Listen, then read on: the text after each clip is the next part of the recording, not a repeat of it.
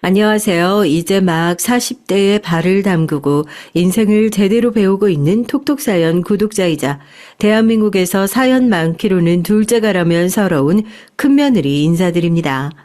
저는 항상 외동딸로 살고 살면서 사람들이랑 크게 싸워본 적도 없어서 인간관계의 문제 때문에 사연을 들고 톡톡사연을 찾아오게 될 줄은 정말 몰랐네요. 제가 예전에 그런 얘기를 들었던 적이 있거든요. 사람이 살면서 고생하는 총량이 다 정해져 있다고요. 어떤 사람은 엄마 뱃속에 있었을 때 고생을 하고, 어떤 사람은 젊은 시절에 고생을 하고, 어떤 사람은 애 낳아놓고 고생하고, 평생 고생 안 한 것 같은 사람은 죽어서 고생을 한다고요. 그래서 나중에 다 펼쳐놓고 보면 고생한 양은 다 똑같다고요. 저도 평생 고생이란 단어를 모르고 살았다고 자부하는 사람인데 시집 오고 나서 며느리의 역할을 하고 동서들을 맞이하면서 요즘 그 고생의 총량이라는 단어에 대해 뼈저리게 깨닫고 있답니다. 다른 분들의 사연에 비하면 굉장히 귀여울 수 있는 고민일지 모르지만 그래도 이 사연을 통해 저희 동서에게 꼭 해주고 싶은 말이 있어요. 같이 들어주시면 감사하겠습니다. 제가 평생 고생이란 단어를 모르고 살았다고 자부한 사람이라고 해서 정말로 고생을 안 하고 살았던 건 아니에요. 오히려 제가 어린 시절에 어떻게 컸는지 들으시면 다들 이래도 고생을 안 했다고 하실지 모르겠어요.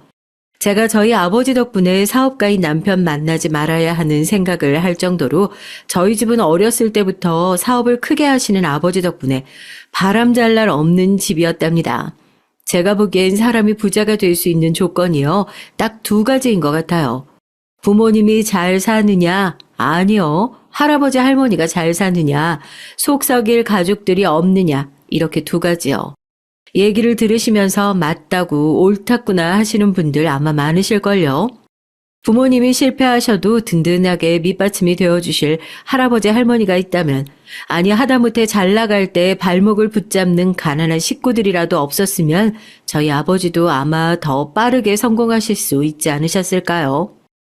불행하게도 저희 가족은 그 두 가지 조건을 보기 좋게 빗나간 경우였고, 그래서 아버지가 지금 이 자리를 잡기까지 얼마나 많은 성공과 실패를 반복했고, 그 성공과 실패의 과정에서 어머니와 제가 얼마나 고생을 했는지 솔직히 아버지께서는 지금 저희한테 하시는 거에 몇 배로 더 잘해주셔야 한다고 제가 당당하게 으름장을 놓을 정도라니까요. 집이 통째로 경매에 넘어가서 세 식구가 한 달 동안 찜질방을 전전하며 살았던 적도 있었고, 어머니와 아버지 역시 목욕탕 청소, 야채 배달, 식당, 잠자는 시간을 제외하고는 하루 종일 일을 할 정도로 이 힘든 상황을 극복하기 위해서 애쓰셨어요. 이 바람잘날 없는 식구들한테 딸린 가족들은 왜 그렇게 많은지, 부모님은 지금 당장 집도 못 구해서 찜질방에서 자고 있는데 작은 아버지며 이모며 당장 길바닥에 나앉게 생겼다고 울고불고 난리가 나서 전화가 오면 두 분은 또 어떻게 할 도리 없이 가족들을 도와주고 있는 겁니다. 이유도 참 다양해요. 담보대출을 받았는데 못 갚아서 뭐가 넘어가게 생겨서 애 등록금도 못 내고 있는 상황이라서 그렇게 몇 번이나 재기의 순간에 친지 식구들 덕분에 발목을 잡혀 고꾸라지기도 했고요. 그렇게 산전수전 다 겪어놓고 나서 무슨 고생을 안 했냐고요? 정말 다행인 게 그런 시련을 겪으면서도 저희 가족이 그걸 고생인지 모르고 살았다는 겁니다. 아마 그 일을 직접 겪으셨던 아버지와 어머니 속은 말이 아니셨겠지만 그래도 두 분은 제 마음까지 가난해지지 않도록 정말 많은 노력을 해주셨어요. 저는 아직도 가장 중요한 게 생각하는 게 물질적인 가난함은 언제든지 극복할 수 있지만 정신적인 가난함은 물질적인 부유함으로도 절대 채울 수 없다고 생각하거든요. 당장 집이 경매에 넘어가서 집도 없이 배회해야 할 상황인데도 우리 가족이 이럴 때 아니면 언제 이렇게 다 같이 전국 일주를 다녀보겠냐며 긍정적으로 상황을 바꿔주신 아버지 덕분에 저도 우리 집이 가난해서 괴롭다는 생각을 살면서 한 번도 해본 적이 없었어요. 그리고 부모님 성격은 또 얼마나 좋으셨는데요. 오히려 집이 망하고 전국을 떠돌면서 귀한 인연들을 많이 얻게 됐고 그 인연들이 나중에 저희 부모님이 다시 사업을 일으키시는데 아주 큰 도움을 주시기도 하셨답니다.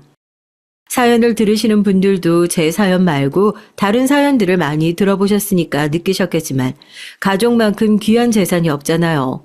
저는 그렇게 배울 점 많은 부모님 밑에서 돈 주고도 살 수 없는 유산들을 많이 물려받았어요. 부부싸움은 칼로 물베기라고 하는데 저는 그 물을 베는 광경조차 한 번도 본 적이 없이 살았어요.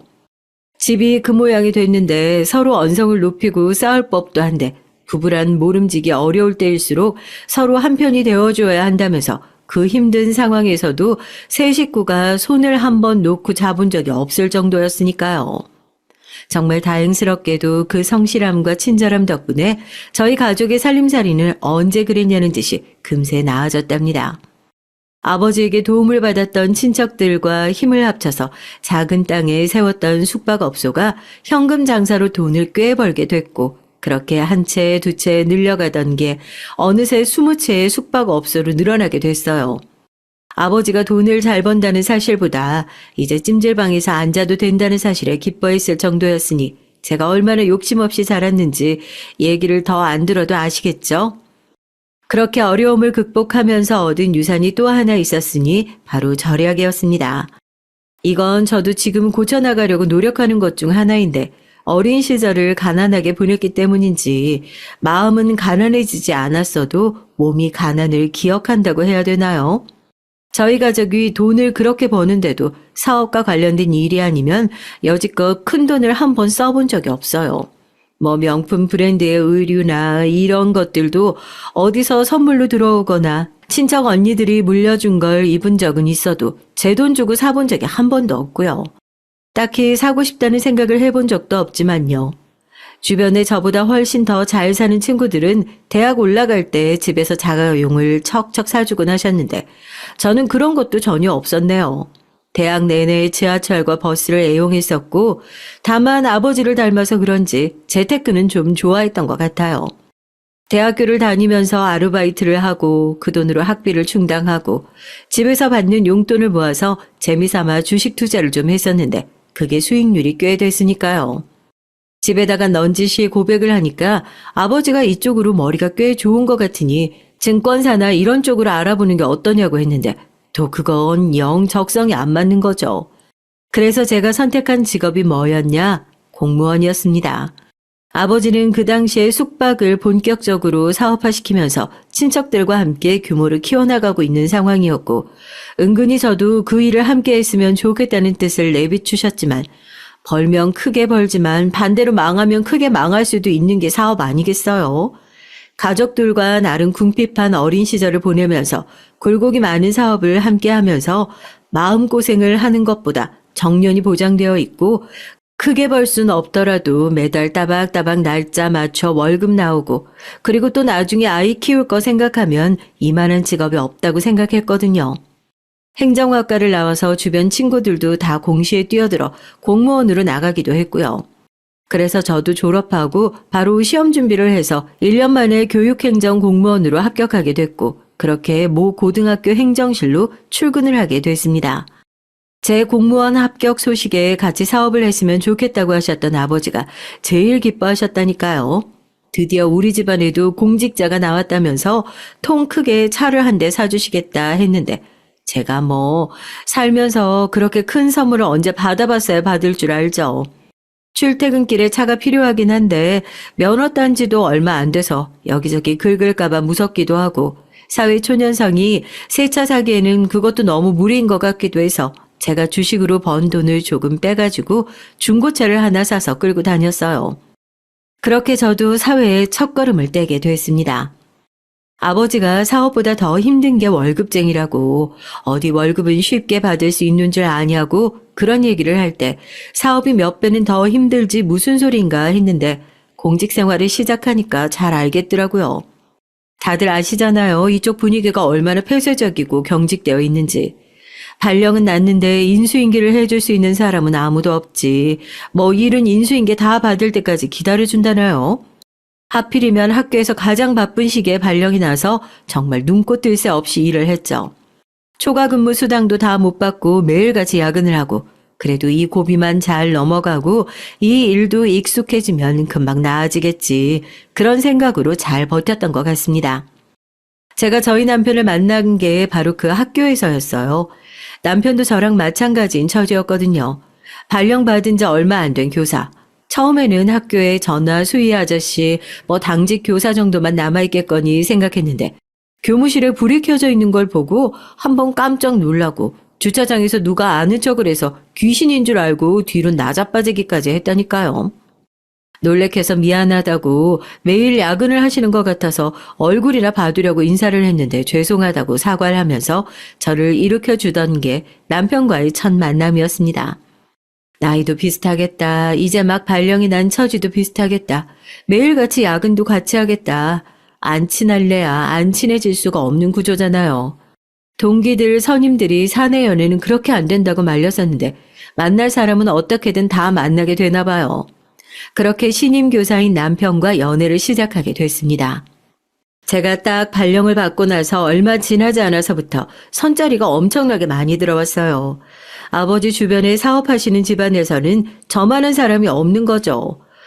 집에 돈 좀 있다고 일도 안 하고 집에서 놀고 있는 그런 사람도 아니고 적당히 머리도 좋고 또 여자 직업 공무원이라고 하면 육아휴직도 잘 되어 있고 하니까 선자리에서는 정말 나쁘지 않은 직업 중 하나거든요. 이제 아버지 사업도 어느 정도 안정기에 접어들고 하니까 하나밖에 없는 딸에게 좋은 혼처자리를 알아봐주고 싶은 마음이 굴뚝 같으셨던 거죠. 제가 연애를 한다는 사실은 모르시고 주말마다 나가서 선 좀 보라고 계속 그렇게 부추기시더라고요. 딱히 집안에다가 연애를 한다는 사실을 비밀로 할 생각은 크게 없었는데 저는 이제 막 일을 시작한 터라 결혼을 빨리 하고 싶은 마음도 없었는데 만나는 사람이 있다고 괜히 얘기를 했다가 덜컥 결혼하라고 하실까봐 그래서 얘기를 안 했었던 건데 이제 엄마까지 합심해서 제 결혼 이야기가 슬슬 나오니까 더 이상 비밀로 하면 안 되겠다 싶더라고요. 나 사실 학교에 만나는 사람 있어. 괜찮은 사람이라서 나도 결혼 생각은 하고 있지만 아직은 일도 더 하고 싶고 결혼하면 이것저것 포기해야 하는 것들이 많아서 비밀로 했었어. 그러니까 선보라는 얘기 좀 그만해. 아, 네 사촌 언니 안 봤어? 아유, 나이 먹어서 드레스 입으니까 그게 예쁘든, 아버지 사업이 언제 어떻게 될지 모르는 거고, 좋은 사람 있으면 집에 와서 소개시키고 얼른 결혼해. 그게 뭐 일이라고 미루고 있어. 고생도 젊어서 해야 견딜만 한 거다. 그때부터 몇 년 동안 아주 잔소리 폭탄에 시달렸던 것 같아요. 결혼을 언제 할 거고 애는 언제 낳을 거냐. 아파트고 뭐고 부모님이 지원해 줄 테니까 그런 것들 걱정 좀 하지 말고 얼른 식부터 올려라. 그런 잔소리를 하시는데 제가 어디 좀 똥꼬집이냐고요. 아무런 이유도 없이 결혼을 계속 미뤘던 건 아니고 남편도 저도 부모님 지원받아서 하는 결혼을 원치 않았기 때문에 두 사람이 모아서 전셋집이라도 하나 구할 수 있을 정도가 되면 결혼을 하자 어느 정도 얘기를 한 상태였고 둘 다 결혼이라는 공통된 목표가 생겼으니까 좀 더 열심히 살고 있었던 거죠. 시부모님도 평범하게 회사 다니다가 은퇴하시고 조그만 가게를 하시고 있는 상태였고 남편도 첫째니까 더 손 벌리고 싶지 않은 그런 마음이 있었던 것 같아요. 저는 그런 점이 더 좋아서 오래 연애를 할 수 있었던 거지만요. 그렇게 학교 사람들 아무도 모르게 저희가 4년 동안 연애를 했어요. 남편이 남동생만 둘이거든요. 남편과 2살 터울인 첫째 남동생이 저희보다 1년 빠르게 결혼을 하고 저도 그렇게 남편과 전셋집 하나를 얻어 신혼생활을 시작하게 됐습니다. 아버지가 사업을 하시니까 결혼을 성대하고 시끄럽게 했을 것 같은데 전혀 그런 것도 없었어요. 저희 집이 한번 크게 휘청인 후에 남들이 저렇게까지 아껴야 하나 싶을 정도로 허리띠를 졸라매고 사는 경향이 있거든요. 저도 그렇고 남편도 그렇고 친구들이 저희 집에 놀러 오면 이게 신혼집이냐 절간이냐 할 정도로 남들한테 뽐내거나 시끄럽게 활동하는 사람들도 아닐 뿐더러 어떻게 보면 결혼식 같은 일회성 행사에 큰 돈을 쓰기보다는 그 돈을 모아서 나중에 이사 가는데 보태자는 게 둘의 공통된 생각이어서 아버지 이름으로 들어올 예정이었던 화환들도 받지 않겠다 정중히 거절하고 조용하게 식을 올렸습니다. 아버지 돈이 내 돈이다 생각하고 펑펑 써도 솔직히 이상할 거 하나 없는 형편이었는데 돈도 써본 놈이 쓴다고요. 대학생 때까지 용돈 받아가며 생활하다가 공직생활 시작한 사람인데 씀씀이가 커봤자 얼마나 크겠어요. 대신에 빚 때문에 스트레스 받았던 것들이 있으니 빚지면서 생활하지 말자 해서 전셋집부터 혼수까지 대출이나 할부 끼고 구매한 게 하나도 없었어요. 남편도 그 덕에 생활에 여유가 생기고 돈을 모을 궁리를 할 수 있게 되었다면서 아직까지도 고마워한다니까요. 이 모든 것들이 순조롭게 진행될 수 있었던 건 결국 시댁의 이해와 배려가 있었기 때문 아니었나 싶습니다. 처음에 양가 부모님께서 인사를 하시는 자리에서 시부모님이 저희 아버지 명함을 받고 기겁을 했어요. 큰 호텔은 아니지만 그래도 어디 놀러 가면 종종 흔하게 볼 수 있는 호텔 이름이 떡하니 적혀 있고 회장이라는 직함을 달고 있으니까 대뜸 저한테 그 얘기부터 하셨거든요. 집이 이렇게 넉넉하게 잘 사는데 왜 그렇게 허리띠 졸라매고 살았냐고요. 집안이 넉넉한 걸 알고 시댁에서 이것저것 바라는 게 많을까 싶어 걱정했는데 그게 아니더라고요. 아이고, 정말 괜한 걱정을 했네요. 아유, 직장도 괜찮고 결혼 생각도 있는 것 같은데 두 사람이 다 입이 원체 무거워야죠. 연애만 길어지고 결혼을 한다는 얘기도 없고 그래서 저는 집안 형편이 어려워서 결혼을 계속 미루고 있나. 전셋집이라도 도와줄 테니까 형편 생각하지 말고 식부터 올려라. 그렇게 설득을 했는데 싫다고 하길래 아유 얼마나 걱정을 했는지 몰라요. 그래도 친정이 일이 든든하니까 새아가가 살면서 어려움은 없겠네요. 이게 다 제 탓입니다. 어렸을 때 하도 손 벌리는 가족들이 많아서 여기저기 도와주다 보니 정작 우리 식구들을 제대로 챙기지 못했어요. 그래서 친정 상황 생각하고도 돈 벌리지 않고 자기들끼리 해보겠다고 이렇게 나서니 저희는 지켜보는 수밖에요. 외람된 말씀이지만 저희 집 사정을 그냥 알고만 계셨으면 합니다. 아무래도 사업을 하다 보니 곤란한 일들이 종종 생겨서 말이죠. 아이고 무슨 말씀인지 잘 알겠습니다만 해준 것도 없이 바라기만 하는 부모는 아니니 걱정하지 않으셔도 됩니다. 아버지께서는 잘 사는 친정이라고 혹시라도 여기저기 바라는 일이 생길까 싶어 집안 사정을 알리지 않았으면 좋겠다 애둘러 말씀하셨고 시부모님께서도 그 얘기를 기분 나쁘게 듣지 않고 잘 받아들여 주신 덕분에 저희가 원하는 대로 가족들과 친한 친구들 위주의 조용한 결혼식을 치룰 수 있지 않았나 싶어요. 저는 그런 게 있어요. 평소에는 식구들이 스크루지라고 놀릴 정도로 목구멍이 포도청인 것처럼 살더라도 꼭 필요할 때는 내가 나서서 지갑을 열고 꼭 써야 할 것이 있다면 액수 생각하지 않고 아끼지 말고 쓰자는 그런 마음이요. 그래서 결혼을 한 이후에도 돈 때문에 시댁 식구들과 별다른 트러블이 없었던 것 같아요. 막내 시동생은 자동차 관련 대기업 두바이 주재원으로 근무를 하고 있어서 저희 결혼식에도 얼굴만 비추고 다시 일을 하러 복귀를 했을 정도로 바빴고 대신 바로 위 시동생네가 저희랑 집이 가까워서 시댁 행사가 있을 때마다 모여서 같이 상의도 하고 꼭 그런 게 아니더라도 오가며 차도 한 잔씩 하고 여름에는 휴가도 같이 하고 그렇게 가깝게 지냈어요. 제가 맏며느리긴 하지만 동서보다 나이가 어려서 처음엔 불편하지 않을까 걱정도 했었는데 저한테 그렇게 잘해줄 수가 없는 거예요. 시동생네가 사업을 해서 아무래도 형제들 중에는 가장 여유가 있는 편이었거든요. 그래서 동서도 성격이 좀 시원시원하고 씀씀이가 큰 편이고요. 뭐 어디 같이 쇼핑을 가면 명품에 큰 관심 없는 저는 그냥 동서가 이것저것 들어보고 입어보는 거 구경하면서 동서는 태가 좋아 별게 다 잘 어울리네. 화사하니 참 예쁘네. 칭찬만 하고 마는데 그게 동서 입장에서는 사고 싶어도 형편이 어려워서 뭐 하나 사는 것을 망설이는 거라고 생각했던 모양이에요. 제가 동서가 참 좋은 사람이라고 생각했던 게 한 번은 그런 일이 있었어요. 그날도 동서가 형님 우리 아이 쇼핑이나 한번 해요 하고 살갑게 먼저 연락을 해오길래 같이 백화점에 나섰죠. 이것저것 둘러보는 동서 뒤에 서서 저도 그날 마침 봄옷이 필요했던 터라서 마음에 드는 게 있으면 한 벌 사야겠다 하고 같이 둘러보고 있는데 왜 그런 말 들어보셨죠? 명품관 직원은 사람 행색 보고 고객 응대한다고요. 요즘 같은 세상에 그렇게 되면 큰일 나는데 아직도 그런 곳이 있더라고요. 그래도 어디 가서 사람들한테 불쾌감을 줄 정도로 입고 다니지도 않고 옷이야 깔끔하게 잘 입고 다니는데도 명품관 직원이 봤을 때는 아, 이 사람 우리 매장에 옷 한 벌 제대로 살 수준은 아닌 것 같아 보였나 보죠. 아니면 동서 따라온 비서 정도로 생각했던 모양이던지요.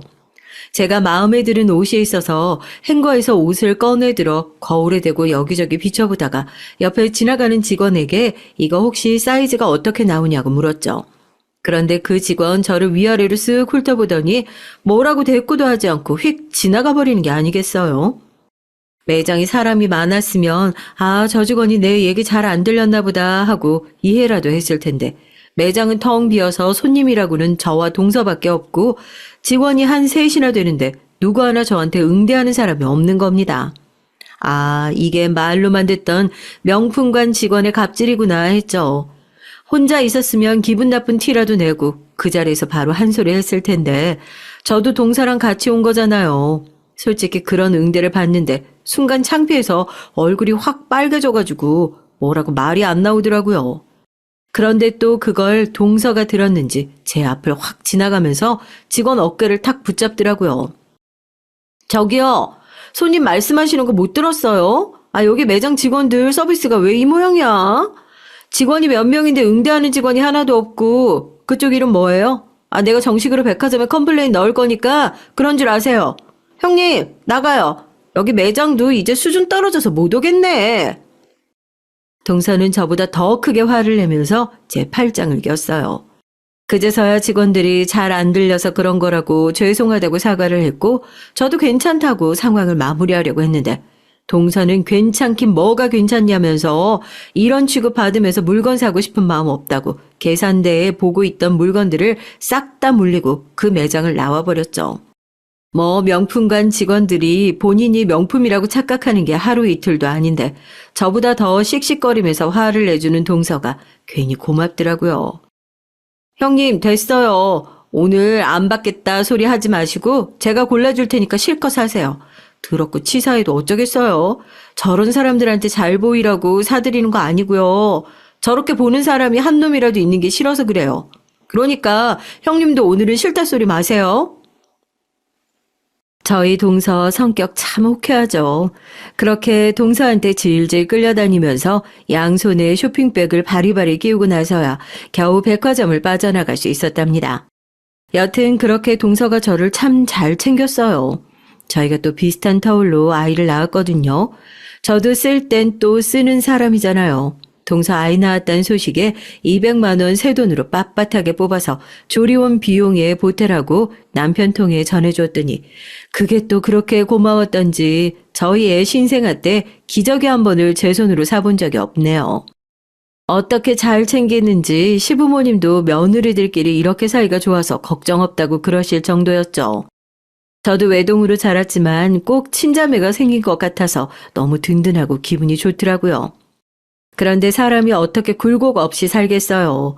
그렇게 호쾌하고 잘 나가기만 할 것 같은 큰 동서에게도 커다란 위기가 찾아오게 됐습니다.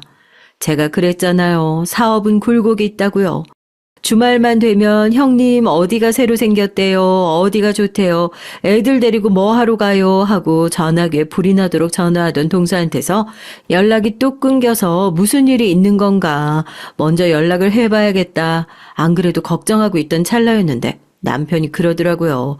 요즘 시동생 사업이 많이 안 좋아진 것 같다고요. 제가 그 얘기를 듣고 남편 등짝을 막 때렸어요. 왜 그런 중요한 얘기를 이제 했냐고요. 기쁜 일은 나중에 전하더라도 가족들끼리 힘든 소식 있으면 바로바로 알려주고 해야 돕는다고요. 괜히 걱정할까봐 그랬지. 동생도 어떻게든 알아서 잘 해결해보겠다고 하고 사업이란 게 원래 그렇잖아. 우리도 섣불리 도울 수 있는 상황도 아니라서 지켜보고 있어. 남편 말이 맞긴 하죠. 돕는다고 뭐 벌떡 일어날 거면 그게 어려움이게요. 그런데 그 얘기를 듣고 나니까 집에서 혼자 이제 막 2살배기 조카를 보고 있는 동서부터 걱정이 되더라고요. 거의 처음으로 제가 먼저 큰 동서한테 전화를 했던 것 같네요. 이런 일 있고 나서야 먼저 연락하는 것도 미안한데 다 죽어가는 목소리로 전화 받는 걸 보니까 마음이 영 안 좋더라고요. 제가 지금 집으로 가겠다고 뭐 먹고 싶은 거 있냐고 하니까 괜찮대요. 백화점 들러서 동서가 좋아하는 초밥을 바리바리 싸들고 동서내로 갔죠. 가보니까 아휴 말도 못해요. 임시라고 7kg가 쪘는데 그게 도로 싹 다 빠진 것 같더라고요. 마음고생을 얼마나 했는지 얼굴이 반쪽이 돼서 애를 안고 형님 오셨어요 하는데 꼭 저 어렸을 때 집 어려워지고 부모님 손 잡고 찜질방 돌아다니던 그때 생각이 나는 것 같아서 울컥했습니다. 대체 사업이 얼마나 어려운 거냐고, 우리가 그 정도로 가까운 사이가 아니었냐고, 왜 이 지경이 될 때까지 말도 못하고 있었냐고 하니까 그제서야 눈물을 펑펑 흘리더라고요. 해외 투자처가 잘못되면서 줄줄이 문제가 터졌는데 자기도 모르고 있었다고. 시동생이 그거 맡겠다고 밤에 대리기사까지 뛰고 있었다네요. 시부모님도 뒤늦게 알아서 아파트 담보대출이랑 알아보고 계신다고요. 집에 돈이 되는 거는 벌써 다 갖다 팔았는데도 막을 길이 안 보인다고요. 자기 이제 어떻게 하냐고요. 정말 순간 많은 생각이 들었습니다. 동서 말대로 시부모님이 가지고 계신 아파트 담보대출을 받아주시고 급한 불이야 끌 수 있었지만 이자도 이자고 노후자금으로 그 아파트 하나 가지고 계신 거, 그것도 실거주하고 계신 거를 담보로 대출받아 주신다는 게 물론 급한 상황이니 그렇게 결정하셨겠지만 마음이 너무 편치 않았어요. 일단은 펑펑 우는 동생을 달래고 그래도 밥을 먹어야 무슨 수라도 찾지 않겠냐면서 초밥 한 판을 다 먹이고 집으로 돌아가서 남편을 불러 앉혔죠. 그리고 저도 어렵게 얘기를 꺼냈어요. 동선에 우리가 도와주자고요. 얘기 들어보니까 시부모님이 지금 아파트 담보로 대출 받아주실 생각도 하고 계신다면서 당신 말이 맞아. 우리가 섣불리 도울 수 있는 상황도 아닌 거. 그래도 가족이 이렇게 힘들어하는 상황에서 나 몰라라 하는 것도 내 성격상 안 될 것 같아. 내가 가지고 있는 주식 처분하고 아버지한테 미리 양도받은 것들이 있어서 당장 필요한 자금 운용할 수 있을 것 같아서 얘기하는 거야. 동선의 아파트 대출도 아직 다 못 갚았다며. 지금 내가 도와주면 금방 일어나서 갚을 수 있는 사람들일 것 같아서 돕자고 하는 거니까 밑 빠진 독 같으면 여기다 물 붓자고도 안 했어. 제 얘기에 남편도 깜짝 놀랐죠. 친정 식구도 아니고 시댁 식구고 막말로 헤어지면 남이나 다를 바 없는 사람들인데 저희 가족이 어렸을 때 친척들 돕다가 좀 고생했냐고요.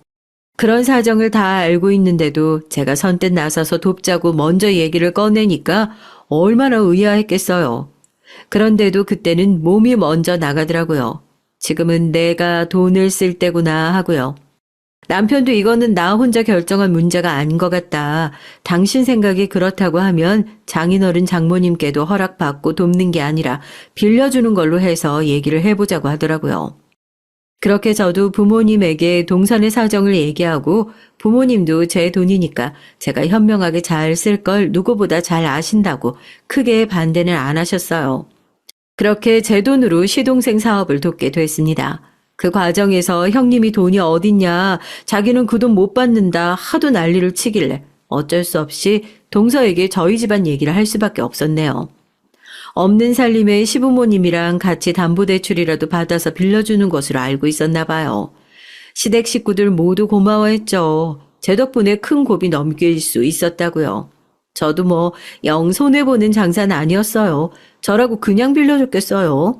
투자금 형태로 시동생 사업 문제를 해결해주고 그 고비를 잘 이겨낸 덕분에 빌려준 돈도 더 큰 이득을 봤으니까 좋게 마음 써서 서로 잘 된 거죠. 대신에 제가 시댁 식구들한테 어깃장은 좀 났어요. 아무리 안 좋은 소식이라도 좀 나누고 살자고요. 나 죽게 생겼는데 체면 차리고 서로 사정 걱정하다가 진짜 죽을 뻔했으면 어쨌냐고요. 남편도 제 덕분에 가족들 사이가 더 가까워진 것 같다면서 한동안은 눈만 뜨면 저희 친정에 있는 방향으로 큰 절을 올린다고 난리를 쳤다니까요. 그렇게 저는 시집 온 남의 집 식구에서 큰며느리라는 이 집 식구로 조금씩 더 자리를 잡아가고 있었습니다. 나이가 뭐 중요한가요? 가족들을 얼마나 아끼고 사랑하는지 그런 마음 씀씀이가 중요한 거죠. 이제는 시어머니가 집안에 중요한 대소사가 있기 전에 가장 먼저 저한테 연락해서 상의를 할 정도로 저도 집안에서 꽤나 중요한 보직으로 올라서게 됐네요. 그리고 큰며느리에게 또 한 번의 시련이 찾아오게 됐습니다. 겨우 이 정도의 시련으로 제가 톡톡사연의 얘기를 들고 왔겠어요. 지나가고 나니까 귀여운 에피소드라고 얘기할 수 있지만 남들이 보기에는 아주 속 답답한 얘기가 아직 하나 남았거든요. 그건 바로 막내 시동생의 결혼이라는 큰 행사를 앞두고 일어나게 됐습니다. 두바이에서 주재원 생활을 하고 있던 막내 시동생이 한국으로 복귀하면서 미뤄오고 있던 결혼 얘기도 본격적으로 박찰가하게 됐어요. 직업도 좋고 외모도 좋고 성격도 좋고 너무 자랑만 하는 것 같지만 제가 가끔 시어머니가 질투날 정도로 아들 셋을 어디 하나 빠지는 거 없이 잘 키워놓으셨거든요. 자식 농사는 시댁만큼만 지었으면 싶을 정도로요. 그래서 이번엔 또 얼마나 괜찮은 상대가 새로운 식구로 들어오게 될지 큰 동서와 저도 기대가 컸죠. 우리도 이제 2자매에서 3자매가 되는 거냐고 하면서요. 아니나 다를까 결혼을 하기로 약속한 상대방이 어마어마한 집안의 막내딸이라고 하더라고요. 강남에서 성형외과를 하고 있는 아버지의 음악 교수인 어머니까지 본인도 해외에서 유학을 하다가 주재원 생활을 하는 시동생을 만나 결혼을 약속하게 됐다고 하더라고요.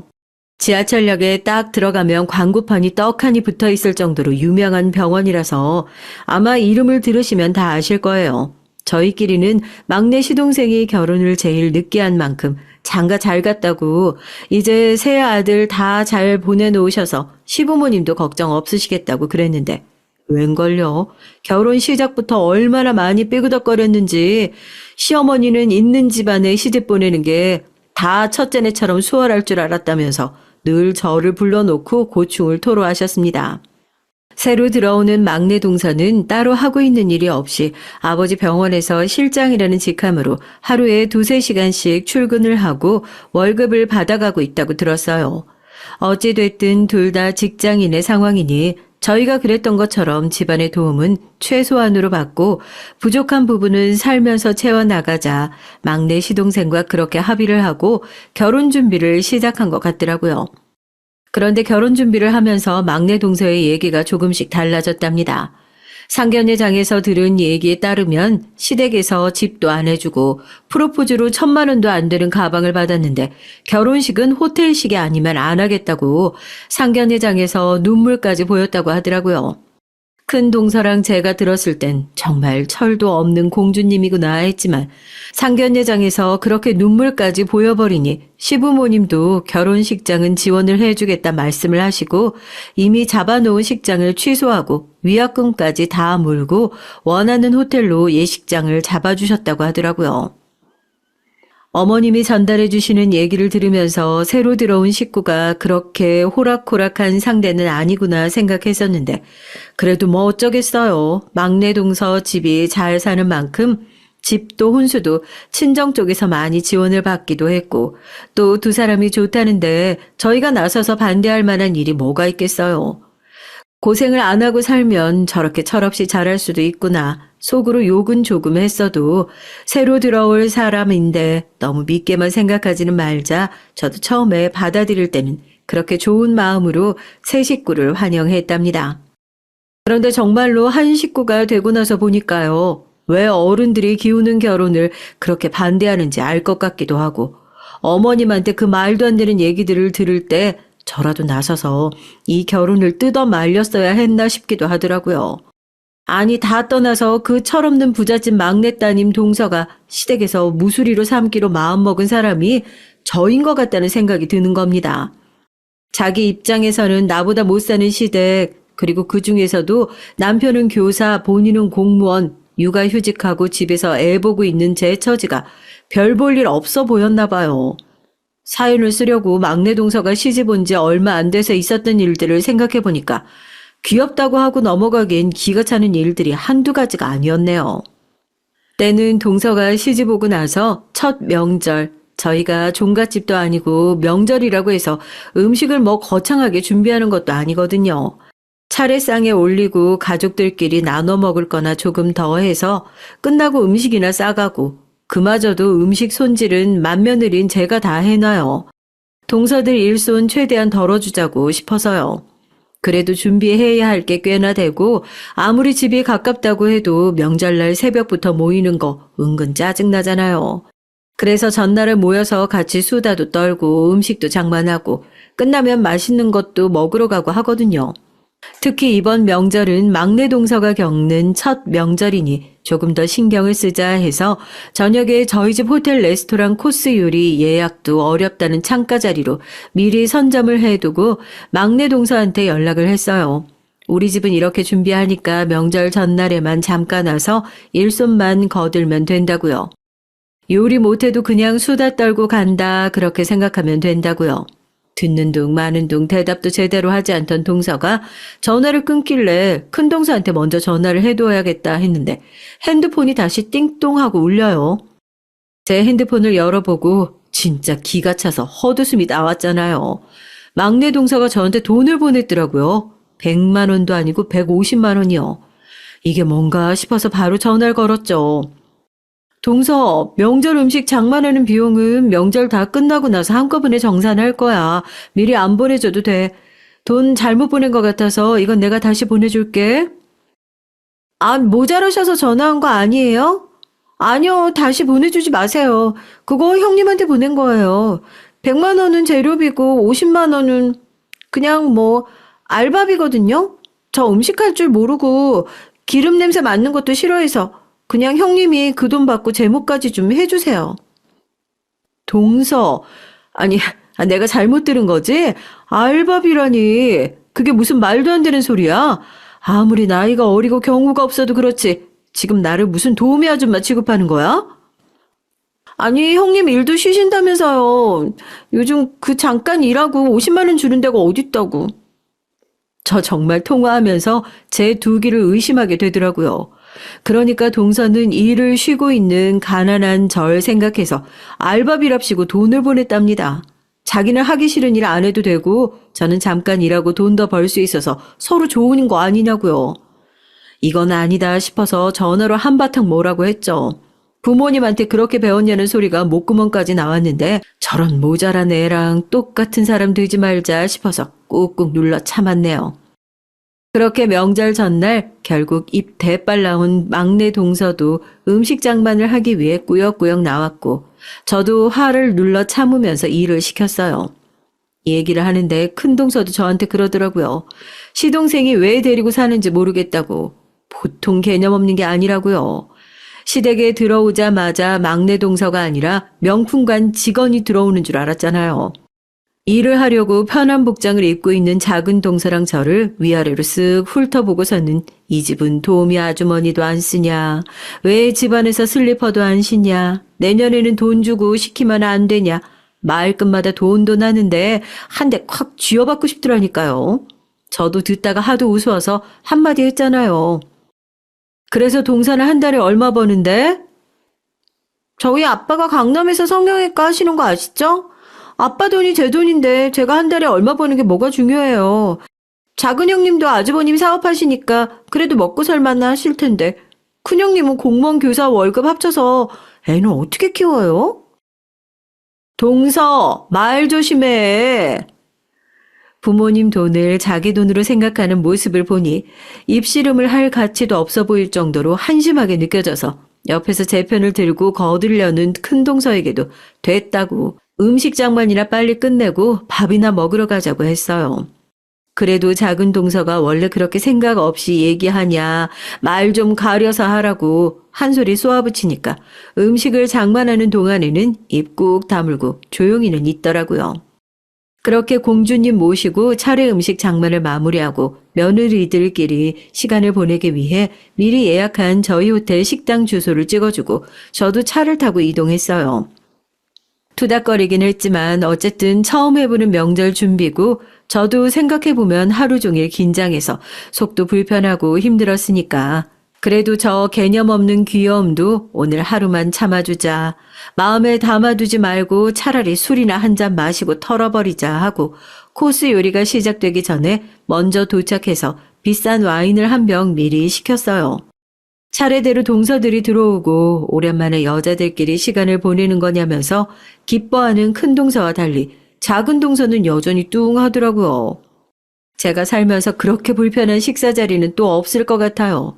큰동서가 잠깐 통화를 하겠다고 자리를 비운 사이에 저도 나름대로 긴장을 좀 풀어보겠다고 먼저 말도 붙였죠. 공부는 뭘 했냐, 뭐를 좋아하냐, 와인은 좋냐, 궁금하지도 않은 것들을 억지로 짜내서 물어보는데 술이 좀 들어가서 그런지 막내 동서에게서 돌아오는 대답들이 점점 가관인 거예요. 제가 뭐 공부했는지 얘기하면 형님이 아시냐, 뭐 좋아하는 거 없다, 이 와인이 얼마짜린 줄 알고 시킨 거냐, 사업을 하는 큰동서한테는 뭐 얻어먹을 콩고물이라도 있다고 생각하면서 체면을 차리고 있었던 건지 자리를 비우자마자 사람을 아주 개무시하고 깔보는 태도가 가관이더라고요. 저도 여기서 더 이상 참으면 안 되겠다 싶어서 큰동서가 자리로 돌아오자마자 입을 닫고 포크랑 나이프를 접시에 탁 소리나게 내려놓으면서 그랬어요. 동서, 미안한데 막내 동서가 술을 너무 과하게 마신 것 같아서 식사는 여기서 그만하는 게 좋겠네. 여기 더 앉아있다가 막내 동서도 나한테 실수 너무 많이 할 것 같고 나도 참아주는 데는 한계가 있을 것 같으니까 계산은 내가 할게. 일어나자.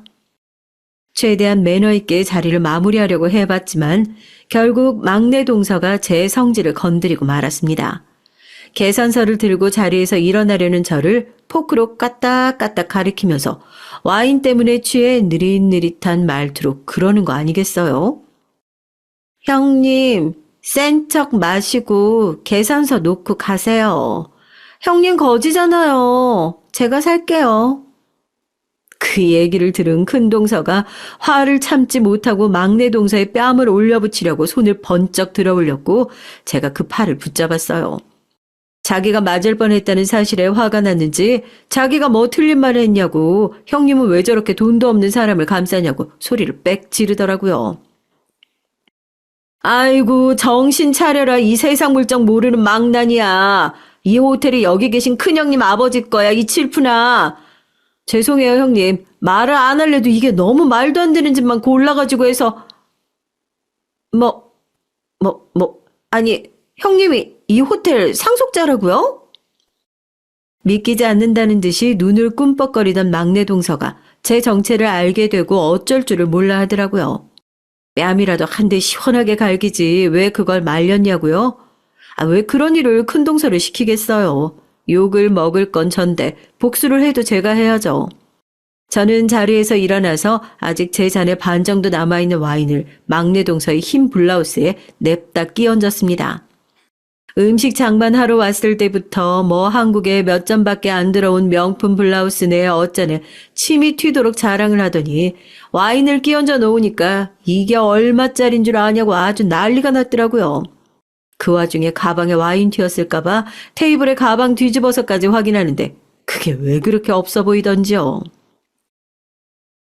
네가 하도 졸부처럼 굴어서 나도 이제 졸부처럼 행동해 주려고. 블라우스가 그래봤자 블라우스고 가방이 그래봤자 가방이지. 꼴랑 와인 좀 튀었다고 질질 짤 정도로 가난하면 그런 걸 들고 다니지 말아야 하는 거 아니니? 와인을 뒤집어 쓰고 씩씩거리면서 저한테 아무런 대꾸도 하지 못하는 막내 동서에게 지갑에서 가족 전용 카드키를 꺼내 집어 던졌습니다. VIP라고 대문짝만하게 써져 있는 글자를 보더니 그제서야 제 정체를 확인하는 눈치더라고요. 네가 그랬지? 아빠 돈이 내 돈인데 무슨 상관이냐고. 그럼 이 호텔 가지고 있는 우리 아버지 돈은 다 내 돈인데 내 눈엔 네가 얼마나 거지처럼 보이겠어? 안 그래? 내가 유치하게 이런 얘기까진 안 하려고 했는데 요즘 강남에 있는 성형외과 의사들이 우리 호텔 안에 클리닉 한번 유치해보려고 열심히 줄을 대고 있다던데 이걸 어쩌냐? 다른 건 몰라도 우리 집안이 졸부 같은 스타일은 딱 질색이라서 다른 병원은 몰라도 한 군데는 확실히 탈락한 것 같다고 전해주려고.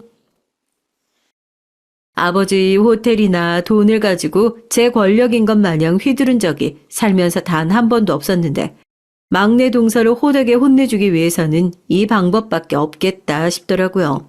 아니나 다를까 제가 그 얘기를 꺼내자마자 와인을 뒤집어 써서 추운 건지 아니면 제 얘기에 기겁을 한 건지 입술이 새파랗게 질려서는 그제서야 막 황급하게 사과를 했어요.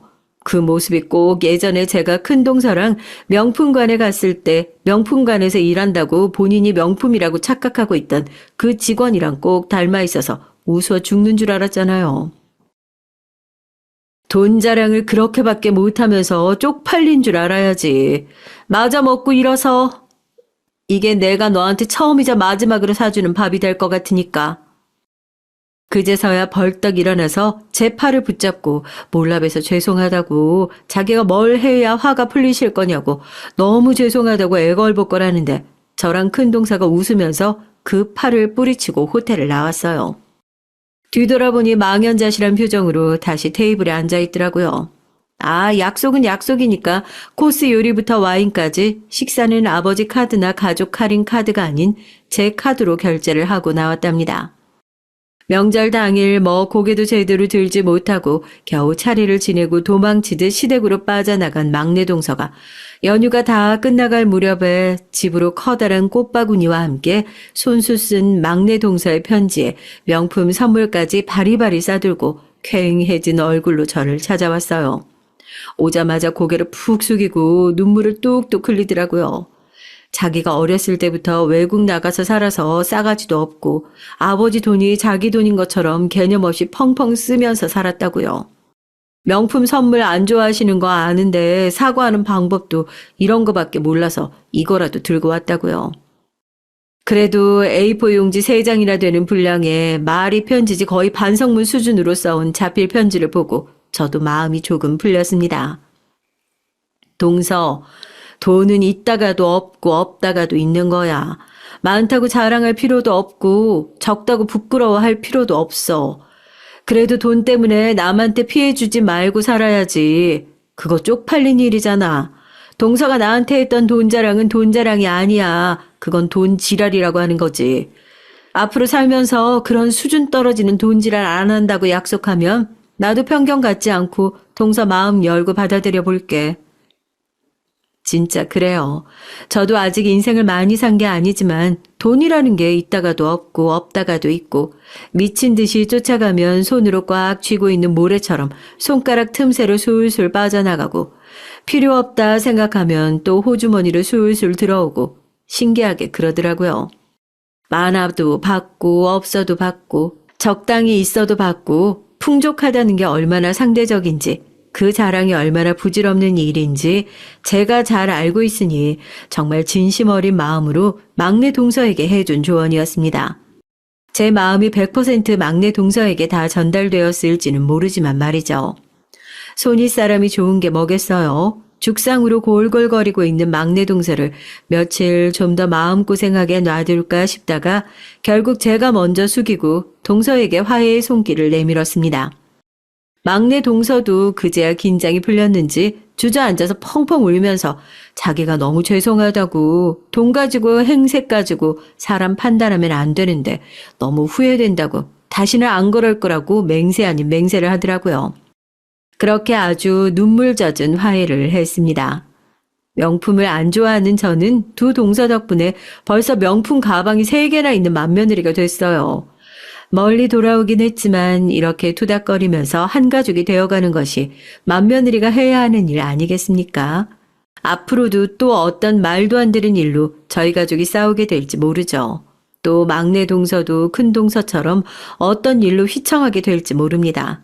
저 역시 마찬가지고요. 그렇지만 그때마다 이번 일처럼 여자들끼리 며느리들끼리 머리 맞대고 힘을 합쳐서 현명하게 지혜롭게 이겨내 보려고요. 저 같은 맏며느리가 있다면 세상에 얼마나 어려운 일이 찾아온다고 해도 금방 이겨낼 수 있지 않겠습니까? 안녕하세요. 저는 사연 채널에 갓 입문한 40대 초반의 여자입니다. 원래 드라마 보는 게 취미였던 제가 요즘은 유튜브에 빠져서 이것저것 보며 할 일 없이 시간을 보내고 있는데요. 알고리즘이라는 것이 알아서 척척 제가 원하는 것들을 보여주니까 시간 가는 줄을 모르겠더라고요. 남편이나 자식은 이런 제 모습을 보며 핸드폰 중독이라고 손에서 놓으라고 하는데 쉽사리 되지가 않아요. 특히나 최근 빠져버린 사연 채널은 몇 시간을 들어도 질리지가 않더라고요. 요리할 때나 청소할 때나 이어폰을 꽂고 틀어놓고 있답니다. 이 정도면 얼마나 제가 팬이 됐는지 더 말하지 않아도 아시겠죠. 그런데 이번에 제가 청취자가 아닌 사연자로 나서게 된 건 마음속 서랍에 꺼내둔 얘기를 풀어놓고 싶어서예요. 저에게 캐캐 묵은 얘기이긴 하지만 아마 들으시면 많은 분들이 여러 감상을 느끼실 수 있을 것 같네요. 그럼 즐거운 시간 되시길 바라면서 한자 써볼게요. 저는 사남매의 셋째로 태어났어요. 무언가를 책임질 장녀도 아니고 사랑받을 수 있는 위치도 아닌 그 애매한 중간이요. 그 중간이란 위치에 의외로 곤혹스러웠어요. 아마 저희 집 형편이 괜찮았다면 저도 나름 팔자 피고 살 수 있었겠죠. 남들 다 가는 학원도 다니고 새 옷도 입으면서요. 그런데 저는 집이 가난한 탓에 학원은커녕 무엇이 되고 싶은지 꿈조차 없었어요. 주변 어른분들이 제가 호리호리하고 얼굴이 이쁘장하다며 나중에 커서 연예인 되라고 말씀하시긴 했지만 전 워낙에 내성적인 성격 탓에 그런 건 전혀 적성이 아니라고 도리도리 고개를 젓곤 했답니다. 어른들에게서 받는 칭찬은 기분 좋았지만 저는 제가 생각해도 연예인이 될 만한 성격도 아니었고 그런 끼도 없었거든요. 그래서 어렸을 때부터 저와는 달리 사람들 앞에서 관심 받는 걸 좋아하고 자신감 있는 친구들이 참 부러웠어요. 그런 아이들은 되게 얼굴도 이뻤지만 공부도 잘했고 가정 형편도 썩 괜찮았죠. 가장 기억에 남는 친구는 미숙이었는데 미숙이는 정말로 제가 봐도 노래든 춤이든 출중했어요. 아버지는 동네 유지라고 볼 수 있었는데 그런 환경에서 자라서인지 어떤 행동을 하건 자신감이 넘쳤고 눈빛에 그 자신감이 드러나 있었죠. 아이들은 당연히 미숙이를 좋아했고요. 누구든 미숙이와 어울리고 싶어 했죠. 저 역시 미숙이와 어울리고 싶어 말도 걸어봤지만 번번이 무시당하거나 괜히 심부름이나 시키려 들더라고요. 그때부턴 미숙이에게 완전히 정을 뗐지만 제 학창시절 마음속에 자리한 몇몇 똑똑하고 이쁘장한 친구들은 아직도 강렬한 인상으로 기억에 남아있어요. 나도 걔처럼 되고 싶다. 나도 그러고 싶어. 그냥 제 자신을 조금 아끼고 이쁘다고 해줬어도 될 텐데 그땐 미숙이 같은 친구들이 그렇게나 부럽고 멋져 보였어요. 아마 저를 더더욱이나 주눅 들고 위축시킨 건 집안 환경이지 않았나 싶습니다. 하루 일하고 하루 쉬며 일용직을 전전하시는 아버지, 식당에서 일하시는 엄마, 그리고 그 아래 사고만 치는 큰오빠와 집안일에 전혀 관심 없는 언니. 일단 제 위에 가족 구성원들만 봐도 한숨이 쏟아져 나왔죠. 특히 저는 바로 위에 언니와 사이가 안 좋았어요. 그런 언니가 틈만 나면 저를 무시하고 구박하는 말들을 해댔기 때문입니다. 야, 너는 이 총구석에서 계속 살고 싶냐? 난 언젠간 여길 벗어나서 아주 대담한 남자를 만날 거야. 이왕이면 사업하는 남자가 좋겠지? 대기업 다니는 남자도 좋고. 아무튼 난 아주 좋은 집안에서 좋은 교육 받고 자란 그런 사람 만나서 결혼할 거다? 그래서 이 구질구질한 신세를 피하고 말 거야. 너도 지금부터라도 그런 궁리하려면 외모든 뭐든 갖거라. 성격을 바꾸든지. 사람들 앞에 서면 촌스럽게 버벅대는 것도 좀 고치고 나중에 서울이라도 가면 서울 사람들이 얼마나 널 만만하게 생각하겠어. 내일은 내가 알아서 해. 관심 꺼. 왜 언니가 내 인생에 감나라 배나라 난리야? 언니는 제게 일종의 외모 콤플렉스를 가지고 있었어요. 제가 자기보다 이쁘장하고 곧잘 그런 말도 들어왔으니 그게 나름의 상처였나 봐요. 어렸을 적부터 그렇게 부모님이 없으면 저를 꼬집고 못생겼다 놀리고 좀 머리가 크니 저런 말이나 해대더군요. 아, 네 일은 네가 알아서 한다고? 언니가 조언해주면 감사하게 생각할 것이지 뭘 따박따박 반박하고 앉아있어. 하기야 내가 보기엔 넌 이미 틀렸다. 이쁘기를 해. 말을 잘해. 그렇다고 공부를 잘해. 틀려도 한참 틀렸지. 언니는 공부도 못하잖아. 그리고 언니가 뭐 이쁘기를 해? 뭐야? 너 지금 뭐라고 했어? 나보고 못생겼다고 한 거야? 이게 아주 죽으려고 용을 쓰지. 아, 그만해. 니들 또 시작이야? 아, 엄마 어디 있는지나 말해. 나 엄마한테 돈 빌릴 일 있으니까. 아, 급해 아주. 아, 어디 있냐니까. 세상에, 오빤 또 그 노름판에 간 거야? 엄마 뒷목 잡고 쓰러지는 꼴 보고 싶어? 엄마 어디 있는지 몰라. 알아도 말 안 해줘. 이게 저희 집의 일상적인 풍경이었어요. 우당탕탕 매일 소란이 쏟아지는 이런 집구석에서 어떻게 미래를 설계하고 건설적인 생각들을 할 수 있었겠어요. 소심한 성격을 비웃는 언니 덕에 사람들 앞에 서면 절로 움츠러들기 일쑤였고, 집안에 돈이 없으니 매일 찢어진 언니 옷을 입히려 하는 엄마 때문에 제 스스로가 초라해 보였습니다. 쟤는 맨날 저 살구색 옷만 입고 다닌다? 그치? 나 왠지 쟤랑 놀기 싫더라. 가끔 저를 보는 아이들의 시선, 그 시선이 너무 가혹하게 느껴질 때도 있었죠. 남들보다 예민하고 쉽게 상처받는 성격이었기에 아마도 무난하게 넘기지 못하고 더 힘들었던 것 같아요. 그래서 하루빨리 이 집을 벗어나길 바라는 언니처럼 저 역시 성인이 되면 집을 나가 어디 공장이라도 가서 취직해 일하고 싶은 마음이었는데요. 그런데 고등학교 시절 막바지 공장이라도 알아보려던 찰나 저는 운명의 상대를 만나 생각지 못한 인생의 길에 들어서고 말았습니다. 제 인생을 변화시킨 사람은 지금의 남편이자 당시엔 바로 옆 학교에 다니는 남학생이었어요. 저희 학교 옆에 위치한 남학교엔 꽤 소문이 무성한 남자애가 있었습니다. 뭐로 유명했냐 하면 얼굴도 공부도 아니고 싸움으로요. 싸움으로 유명했던 그 남자애에겐 심지어 온갖 소문까지 떠돌았는데요. 조직세계라 불리는 곳에서 스카우트 제의가 온다든지 여자아이를 임신시켰다든지 하는 별의별 소문이었습니다. 개중엔 너무 나쁜 소문도 있어서 저도 모르게 눈살을 찌푸리게 됐죠. 그러던 어느 날 제가 그 남자애와 얽히게 된 장소는 아르바이트를 하던 떡볶이 가게였습니다. 당시 저는 공장을 알아보기 전 조금이라도 돈을 모으기 위해 주변 떡볶이 가게를 하는 장씨 아줌마를 도와 일을 하고 있었어요.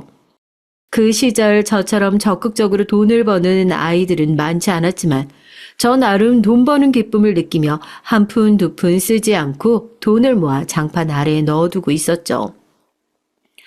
그런데 떡볶이 가게에 소문의 그 남자애가 찾아온 겁니다. 그것도 어떤 여자애를 데리고서요. 남자애보다 서너 살은 어려 보였는데 눈가엔 시퍼런 멍자국까지 있었습니다. 보자마자 덜컥 겁이 나더라고요. 저 남자애가 때린 걸까? 뭐지? 도움을 요청하라고 말해야 되나? 내가 뭘 할 수 있지? 평생 살면서 이렇게나 심장이 뛴 적이 있나 싶을 정도로 벌렁벌렁 뛰더라고요. 무서움에 발만 동동 구르다가 겨우 가게 아주머니에게 사정을 말하고 SOS를 요청했는데 아주머니도 제 얘기를 들으시곤 안색이 안 좋아지셨죠. 일단 고민해본 결과 우선은 주문대로 떡볶이와 순대를 양껏 담아주고 남자애가 자리를 비울 때 그 여자의 곁으로 다가갈 생각을 품고 있었어요.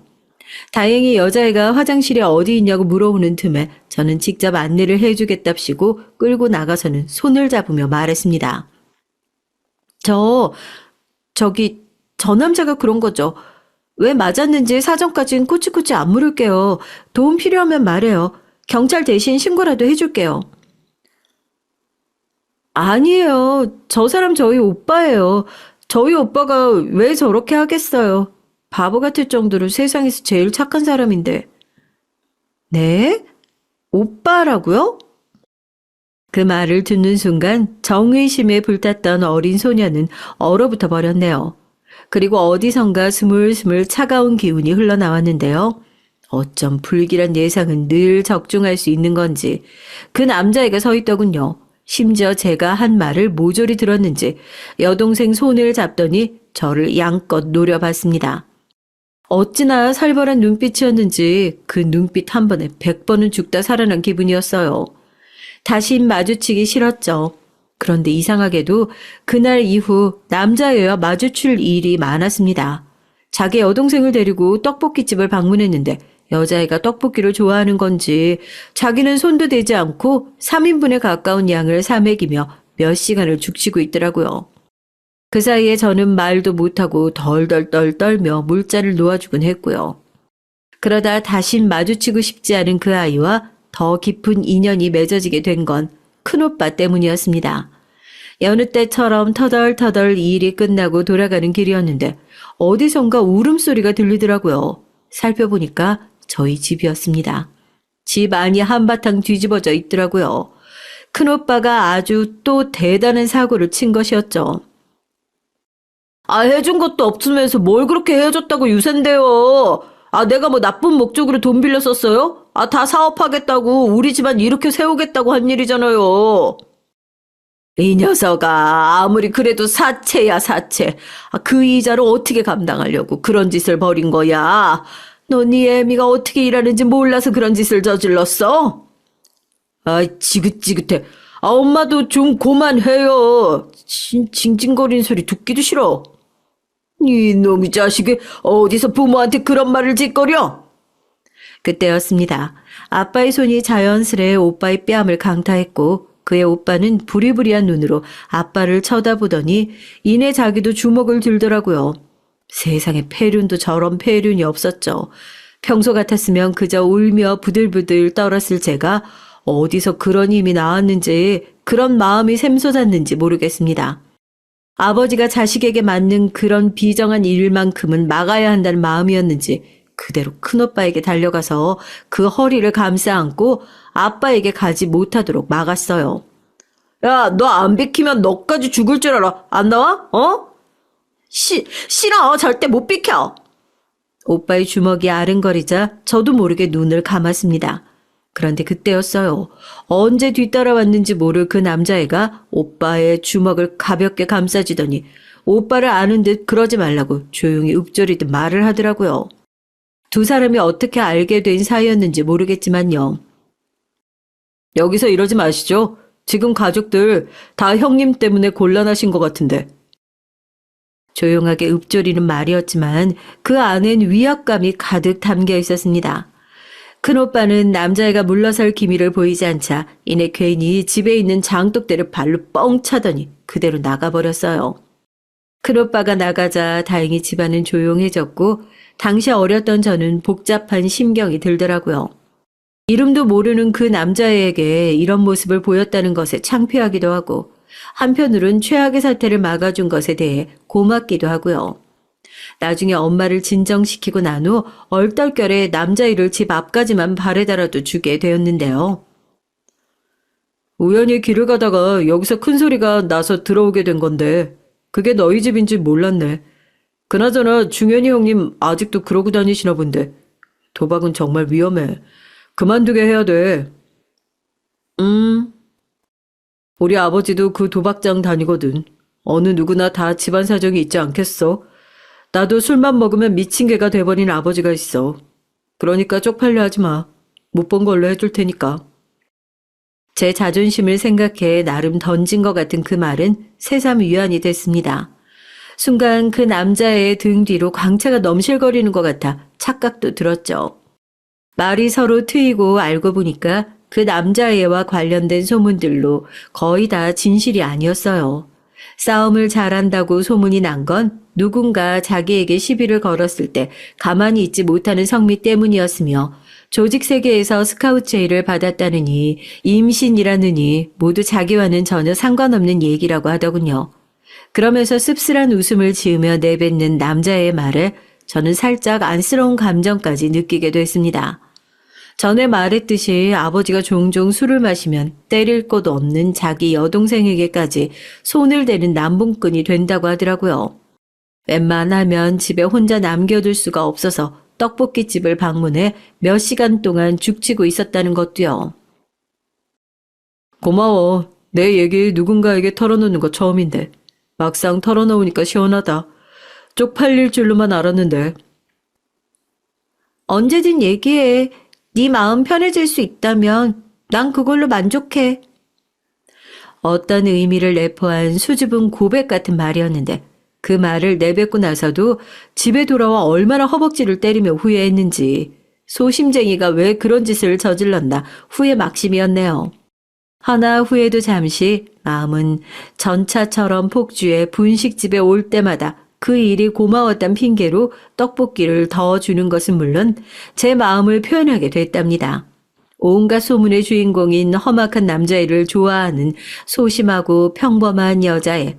어느 연애소설 같은 얘기였지만 저는 그때 한낱 소녀였잖아요. 그렇게나 가슴 떨릴 수 없었습니다. 그리고 아까 말씀드렸듯 고등학교 내내 쭉 인연을 유지해 오다가 그 남자는 제 남편이 되었고요. 저기 떡볶이 더 준 거 고마워라는 말로 조그마한 팔찌를 선물하더니 어느 날인가부터 손을 맞잡으며 연인이 되고 1년 만에 평생을 함께하자는 약속까지 하게 됐죠. 20살 초반 어리디 어린 나이에 저는 그렇게 한 남자의 여자가 되어 가정을 꾸리게 됐습니다. 제 시절 치고도 어린 나이긴 했는데 그래도 언젠가 집을 떠나 마음 놓고 안착할 수 있는 가정을 꾸리는 것이 소망이었기 때문에 저는 아이를 낳고 남편과 함께하는 삶에 아주 만족을 했어요. 특히 제 삶에 예상치 못한 일까지 벌어졌는데요. 그건 바로 경제적인 풍족함이었습니다. 남편은 저와 함께 공장을 다니다가 자기 사업을 하겠다고 공장을 나오게 됐어요. 이때 남편의 성실성을 믿은 몇몇 직원들까지 같이 나와서 사업에 합류하게 됐고요. 처음에 사업이라는 것이 뭔지도 모르면서 그저 위험한 정도로만 알았던 저는 반대를 많이도 했죠. 여보, 당신 사업하긴 나이도 어리고 우리 애기도 아직 안 컸잖아. 너무 부담이 크지 않을까? 그냥 적당히 회사 다니면서 일하면 안 돼? 아니야. 수키야, 지금 이대로 가면 결국 월급쟁이밖에 안 돼. 이 돈으로 우리 애한테 풍족함을 물려줄 순 없어. 당신도 알잖아, 가난이 어떤 건지.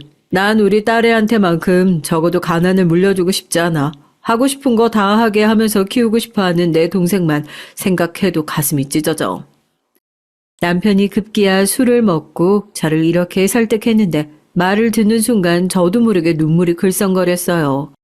그건 저의 시누이였던, 사실 시누이로 함께 오래 늙어갈 줄 알았던 남편의 여동생이 너무도 어린 나이에 세상을 등졌기 때문입니다.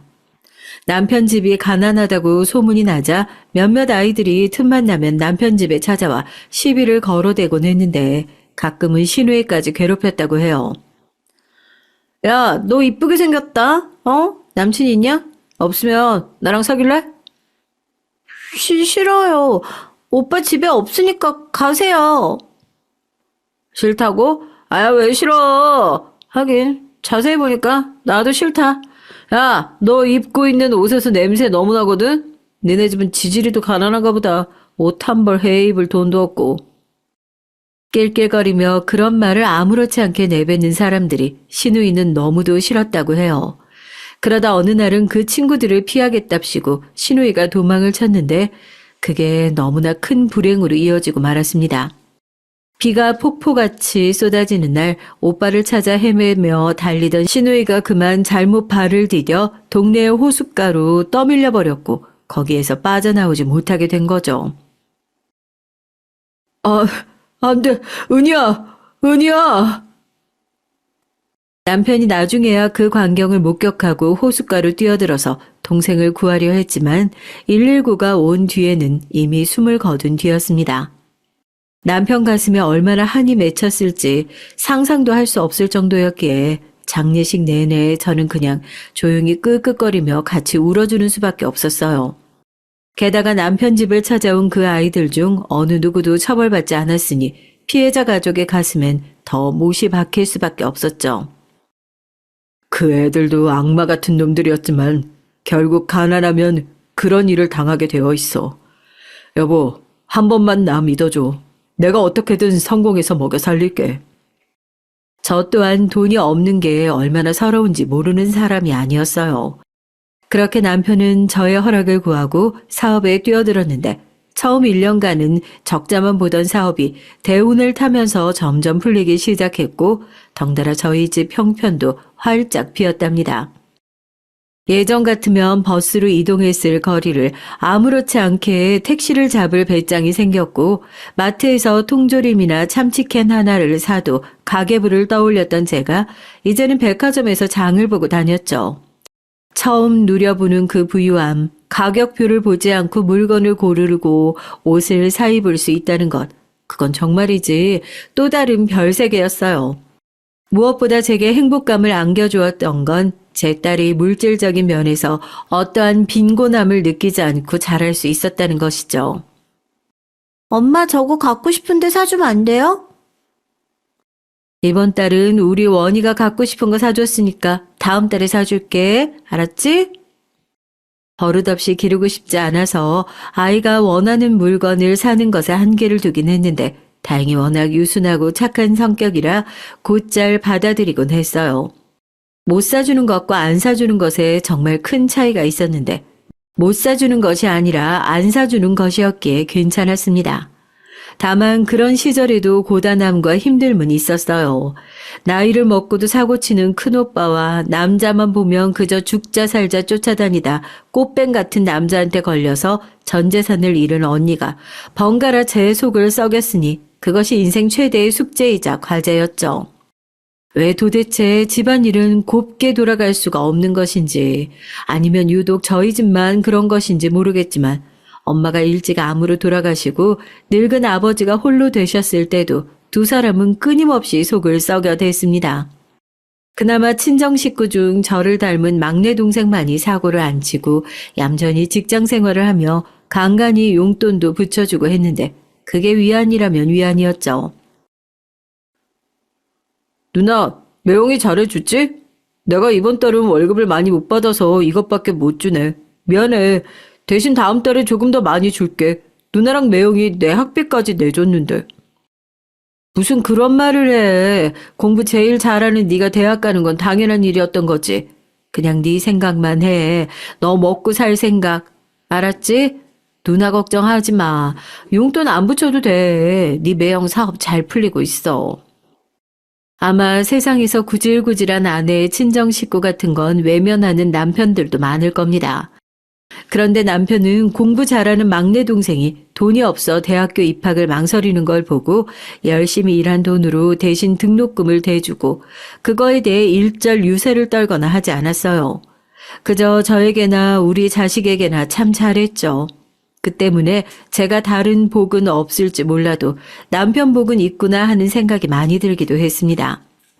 어느 한편으론 남편에게 면이 안 서기도 했어요. 무엇보다 미안함이 컸죠. 막내 동생은 고마움을 아는 아이였지만 큰오빠는 사고만 쳤다 하면 남편을 찾아댔거든요. 남편은 그때마다 회사로 찾아온 큰오빠를 정중히 거절하고 돌려보냈었지만 그것 또한 얼마나 민망스러운 일이었겠어요. 그런 일을 들을 때마다 얼굴이 화끈거려서 밥을 먹다가도 수저를 놓고 싶은 적이 한두 번이 아니었습니다. 정말 도대체 언니 오빠는 나한테 왜 그래? 제발 이제 나이 먹었으면 자기 인생들 좀 열심히 살아, 좀. 아직도 그 나이 먹고 이렇게 부탁하고 절잘 매고 싶어? 뭐야? 야, 너 말하는 그 싸가지 뭐냐? 아무렴 내가 네 오빠인데 그럼 내가 누구한테 돈을 부탁을 하리? 오빠 친구 많잖아. 저번에 아빠가 쥐어준 돈도 친구 수술비인가 뭔가로 날렸다며. 그럼 그 친구 찾아가든지 아니 명절에도 안 오는 잘난 새언니한테 하면 되겠네. 야, 네 새언니가 사정이 있어 하는 거지 일부러 안 와? 넌 말하는 뽐새 보니까 크면 네 자식이 행여나 너 닮을까 우려스럽다 아주. 제가 저렇게 오빠와 날선 대화를 하면 서로 가시를 퍼붓던 날도 알고 보니 오빠가 저 몰래 남편에게 돈을 빌리러 간 날이었습니다. 심지어 이번엔 그 사고에 새언니까지 가담해 있었더군요. 새언니와 오빠가 도대체 사람들에게 무슨 사기를 치고 다니는 건지 그 액수도 상당했어요. 이번에 돈을 갚아주지 않으면 당장 교도소에 가야 한다면서 남편의 바지가랑이를 붙잡았다는데 남편은 난감해했습니다. 형님, 저도 곤란하네요. 지금껏 도와드릴 만큼 많이 도와드린 것 같습니다. 저도 드릴 수 있는 건 여기까지인 것 같네요. 아니 왜 이래 우리 사이에. 내 동생 얼굴을 봐서라도 한 번만 부탁하겠네. 어? 내가 교도소에 가게 생겼는데 가족끼리 너무하지 않은가? 제가 아내 얼굴 봐서 이제는 안 된다고 말씀드리는 거예요. 아내도 더 이상 원하지 않아요. 형님이 이제 새 인생 사셔야죠. 제가 계속 도와드리는 게 답이 아닌 것 같습니다. 그리고 그 액수는 저도 감당이 안 되네요. 회사가 요즘 사정이 안 좋아서. 아니 그렇게 잘난 아파트에서 떵떵거리면서 잘 살고 있으면서 고급 외제차 타고 다니면서 나보고 그 말을 믿으라고? 빌려주기 싫어 그러나 본데 내가 갚을게. 갚으면 되잖아. 오빠는 남편의 회사 내 직원들이 다 보고 있는 앞에서 세원이와 함께 거의 곡을 했다고 해요. 저는 퇴근한 남편에게서 그 얘기를 듣고 열이 치받아 올라 친정 오빠와 한바탕을 해댔던 거고요. 너 내가 교도소 들어갔다 오는 동안 부디 잘 살아라. 밤마다 니네 가족 다 저주할 테니까 어디 그 잘난 사업 잘 풀리나 보자. 심지어 제 딸 앞에서까지 저렇게 말했던 사람이 제 친오빠였어요. 그땐 너무 화가 나서 손을 들어 친오빠의 뺨을 날릴 뻔했습니다. 어릴 적부터 집안을 뒤집어 놓고 쑥대밭으로 만들었던 장본인이 엄마에게 병까지 안겨주더니 이젠 제 딸 앞에서 저주라느니 그런 말을 쏟아내는데 사람이 악귀에 씌인 게 아닐까 하는 생각마저 들더라고요. 여기까지가 저희 오빠 얘기고요. 불행히도 한 사람이 남아있었으니 친정 언니였어요. 제 인생 회방 놓는 것엔 두 사람 다 아주 열심히 들였죠.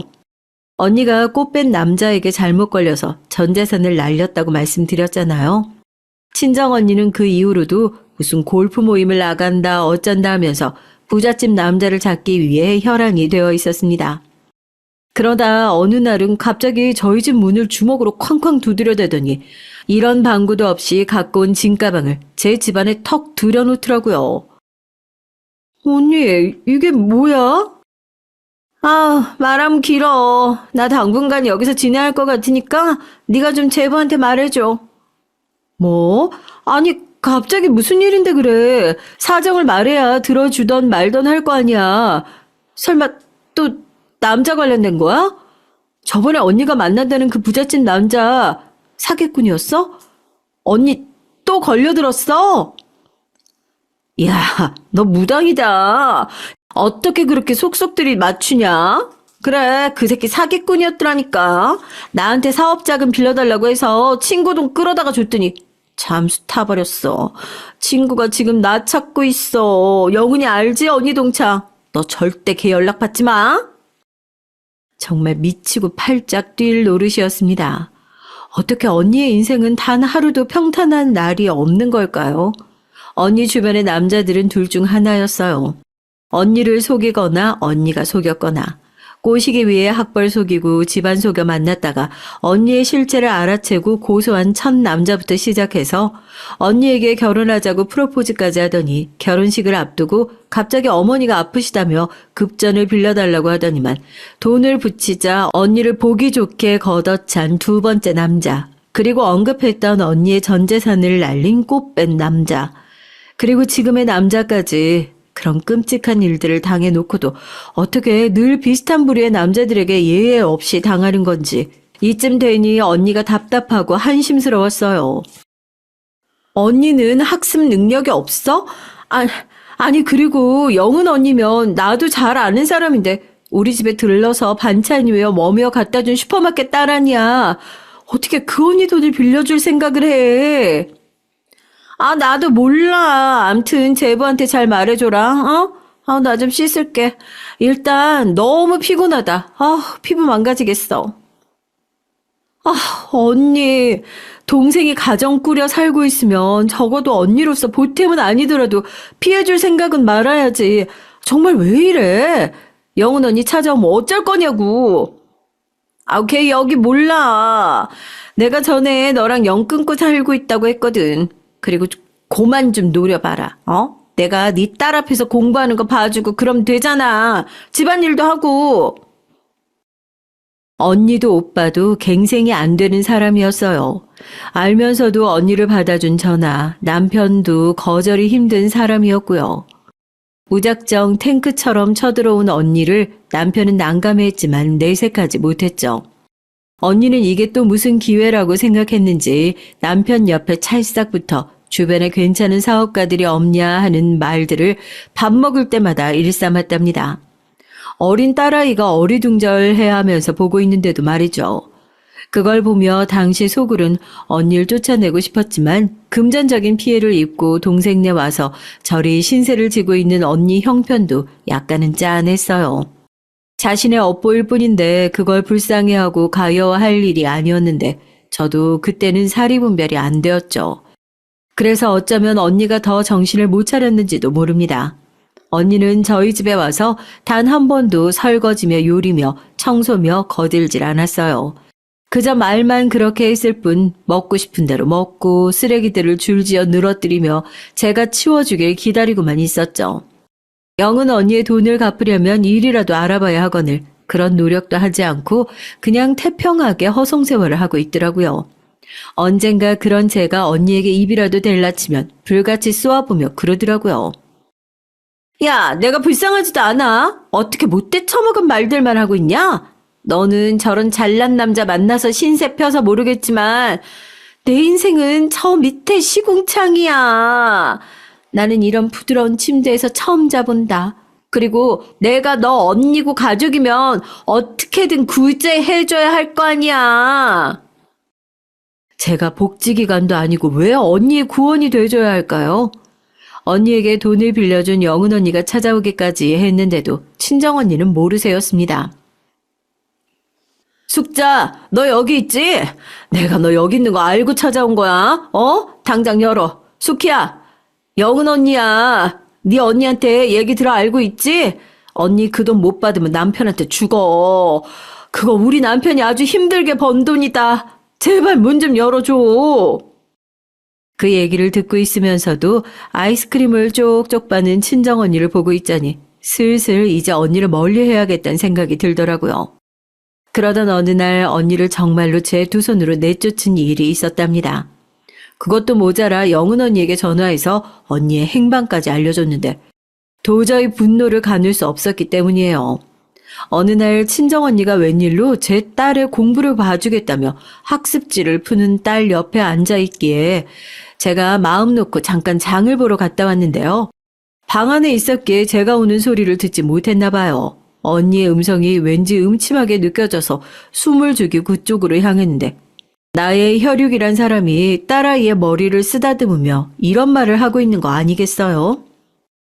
얘 있잖아. 너도 네 엄마처럼 몸을 잘 굴려야 돼. 아님 나처럼. 그래야 부자 남자 꼬실 수 있다? 남자들은 그런 여자들을 좋아하거든. 그게 무슨 말이에요? 저는 더 말하지 않고 언니의 머리채를 잡고 그대로 질질 잡아 짐가방과 함께 현관문 밖으로 내쫓아 버렸습니다. 딸아이의 겁에 질린 눈망울과 씩 웃으며 저급한 말을 하는 언니의 모습은 당시 제게 거의 공포영화의 한 장면이라 다름없었어요. 나중에 이 일의 경위를 남편에게 차마 설명하지도 못했죠. 저런 사람이 식구라는 게 너무 부끄러웠고 이제야말로 오빠처럼 연을 끊어야 할 대상이었기에 그 이후론 모든 연락을 차단했습니다. 하지만 인생은 저를 또 다른 길로 데려가더라고요. 언니가 사라지자 집안엔 평화가 찾아왔지만 이 평화는 얼마 가지 못했어요. 제 인생에 뜻하지 않게 부유함을 거머쥐었던 것처럼 또다시 뜻하지 않은 일이 펼쳐지게 됐습니다. 여보, 어떡하지? 큰일 났어. 지금 회사가... 왜 그래? 무슨 일 있어? 당신 요새 그러고 보니까 술도 많이 마시고 무슨 일 있는 거면 말해. 말해야 나도 알고 대처를 하지. 다 내 탓이야. 내가 무리하게 확장한 탓에 회사가 망할 위기야. 어떡하지? 도움 청할 데도 없는데. 늘 강인하고 단단하다고 생각했던 남편이 그렇게나 처참하게 무너지는 모습은 처음이었어요. 남편의 입으로 통해 들은 사실이었지만 또렷하게 들리지가 않았습니다. 언니와 오빠만 해도 골이 딩딩 울릴 지경이었는데 겨우 그 둘을 내 인생에서 물리치자 이젠 남편 회사의 부도가 기다리고 있었어요. 저의 바람과는 달리 현실은 생각보다 급속도로 다가왔습니다. 남편의 회사가 망하자 저희 세 가족은 9평짜리 반지하방으로 이사를 가야 했고 남편은 빚더미에 올라 신용불량자가 됐죠. 그 와중에도 무슨 수를 써보겠다고 같이 사업했던 동료들을 찾아다닌 모양이었지만 남편을 도와줄 구멍은 없었습니다. 아니, 우리 가족을 구해줄 구멍줄은 그 어디에도 없었죠. 어제까지만 해도 아무렇지 않게 교류했던 사람들의 배신도 가슴 아팠지만 가장 가슴이 아팠던 건 딸아이가 울먹이며 배고프다고 할 때 줄 게 없어서 라면을 끓여주는 시간이었어요. 4분, 5분 남짓되는 그 시간에 저는 부엌 구석에 쪼그리고 앉아 울기도 많이 울었죠. 미안해, 정말 미안해. 엄마가, 아빠가 너무 미안해. 딸아이가 라면 냄새에 반색하며 허겁지겁 라면을 먹고 있는 걸 보고 있노라면 가슴속 가장 아픈 부분들이 건드려지는 기분이었습니다. 어렸을 적 집이 가난해 언니 옷을 입고 다녔던 저를 향해 아이들이 깔보고 우습게 보았던 그 시선들이 기억났어요. 내 딸이 그런 일을 당할 수 있다고 생각하니까 가슴이 철렁했습니다. 뭐라도 해야 했어요. 그래서 저는 그 시절 전단지 붙이는 일부터 시작해서 식당 일, 공장 일, 돈이 되는 일이라면 뭐든 했습니다. 남편 역시 마찬가지였고요. 하지만 대리운전부터 시작해 밤낮 없이 코피 쏟아가며 일을 하면서도 가난에 허덕이는 집안을 보고 있노라면 자괴감이 들었는지 소주병을 잔도 없이 벌컥벌컥 마시곤 했습니다. 늘 주기만 할 줄 알았지 저리 약한 모습을 보이며 저희 몰래 숨죽이고 눈물을 흘리는 남편도 가여웠죠. 그런데 어느 날 친정오빠가 어떻게 소식을 들었던지 전화를 걸어왔더라고요. 당장 내야 하는 딸아이의 급식비 때문에 신경이 잔뜩 날카로워져 있던 찰나 받고 싶지 않은 전화였지만 그래도 나의 혈육이니 혹시나 하는 기대로 전화를 받았어요. 하지만 그 전화는 받지 말았어야 하는 전화였죠. 오빠. 야, 회사 망했다며? 내가 그럴 줄 알았다. 잘난 척하고 꼴값 떨어질 때부터 알았어. 야, 그러니까 적당히 했어야지. 원래 잘 버는 사람일수록 어려운 사람도 돕고 베풀 줄 알아야 하는 건데 말이야. 아우, 이거 고소해서 어떡하냐? 지금 그 말하려고 전화한 거야? 고소하다고? 꼴 좋다고? 야, 네 서혜 언니도 전해달란다, 야. 그러니까 마음 곱게 쓰라고. 천벌 받았으니까 앞으로는 이 교훈 잘 새기고 살아라. 끊는다. 문제는 그 전화통화 내용을 옆에서 남편도 듣고 있었던 겁니다. 화장실에서 막 샤워를 마친 남편이 방으로 들어와 붉어진 눈동자를 애써 감추며 벽면을 쳐다보고 있었지만 저는 알 수 있었어요. 그 모든 것을 들었다는 것을요. 남편에게 너무 미안하고 죄스러웠습니다. 하지만 거기다 엎친 데 덮친 격, 그 사건이 일어나고 말았어요. 저는 이 사건으로 완전히 무너졌고 남편도 무너졌습니다. 그리고 그것은 저희 부부에게 역으로 엄청난 동력이 되기도 했어요. 사건의 발단은 남편이 시업 빠진 김치를 먹다가 우물쭈물 동창회에 부부 동반으로 나가보지 않겠냐고 한 것이었어요. 아무래도 그곳에 가서 저희 집 생활비를 부탁해 볼 생각인 것 같았습니다.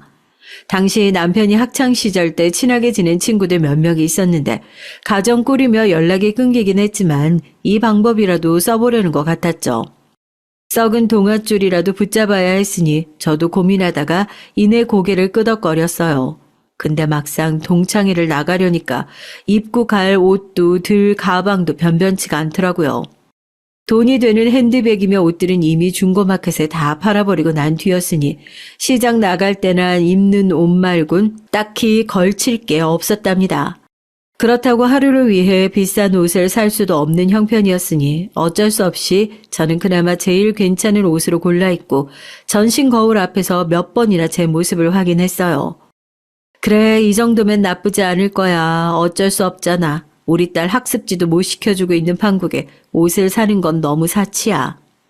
그렇게 눈물을 삼키며 나간 동창회였습니다. 그런데 동창회에 그 가해자들 중 한 명이 와 있는지는 미처 몰랐죠. 동창회 장소에 도착하자마자 반갑게 인사를 나누던 남편이 갑자기 어느 한 곳을 보더니 시선이 우뚝 멈추더라고요.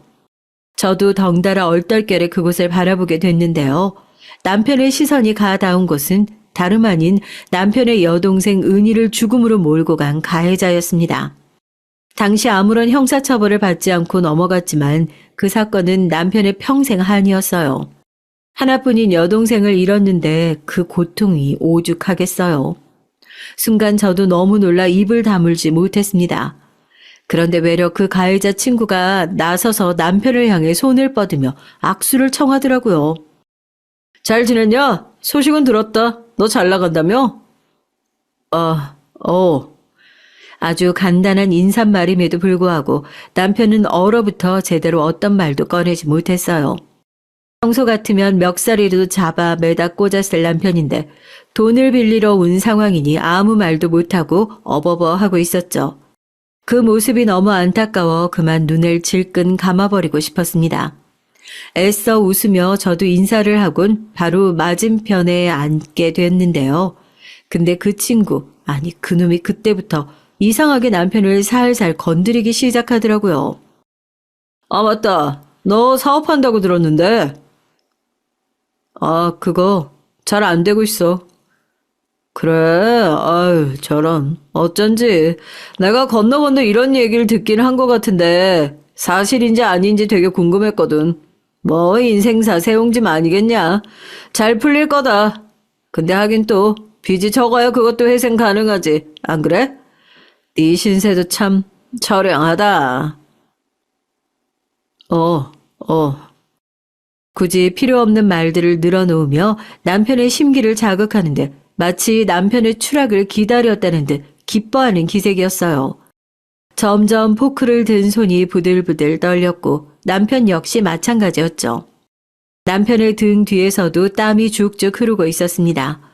그 모습을 안타깝게 보다 이내 머리를 식히기 위해 자리를 떴는데 그 와중에 친정 언니에게까지 전화가 와서 받았더니 사업 망하더니 꼴 좋다는 식으로 오빠와 비슷한 소리만 하고 있더라고요. 야, 영훈이 고년한테 내 위치까지 말해주면서 아주 끔찍한 짓을 벌이더니 잘 됐다, 잘 됐어. 어때? 지하방에서 살아보니까 이제야 내 마음 좀 알겠지? 대꾸 없이 전화를 툭 끊어버렸지만 마음 같아선 전화기를 던져버리고 싶은 심정이었죠. 마음을 추스리려는 노력과는 별개로 더 진정이 안 된 채 자리에 앉았는데 못 보던 얼굴이 앉아있더라고요. 바로 남편을 콕콕 찔렀던 남자의 와이프였습니다. 딱 봐도 얼마나 잘 사는 사람인진 눈에 들어왔죠. 저도 남편이 잘 살았을 땐 명품에 관심이 많았으니까요. 한정판 명품백부터 시작해 온몸에 집 한 채 값을 두르고 있었는데 은연중에 이 여자를 의식하는 눈길이 많았습니다. 그 여자는 자기 남편 팔짱을 끼며 저를 한번 위아래로 쓱 훑더라고요. 어쩐지 너무 노골적인 눈빛이라 기분이 나빴습니다. 게다가 남편 귀에 대고 뭐라고 속살거리는 귓속말을 하더라고요. 눈은 저를 향해 있으면서요. 그 말을 듣고 시누이를 죽인 거와 다름없는 그 인간은 재수없게 쿡쿡 웃고 있었습니다. 뭐인지 모르겠지만 저를 비하하는 발언임이 틀림없었어요. 남편도 감지했는지 제 손을 꼭 잡아주더라고요. 남편은 일부러 자리까지 옮겨가며 친했던 친구들과 얘기를 나누려고 하고 저도 그 사이에 끼워주려 했지만 그 여자는 계속해서 저에 대한 눈길을 거두지 않더라고요.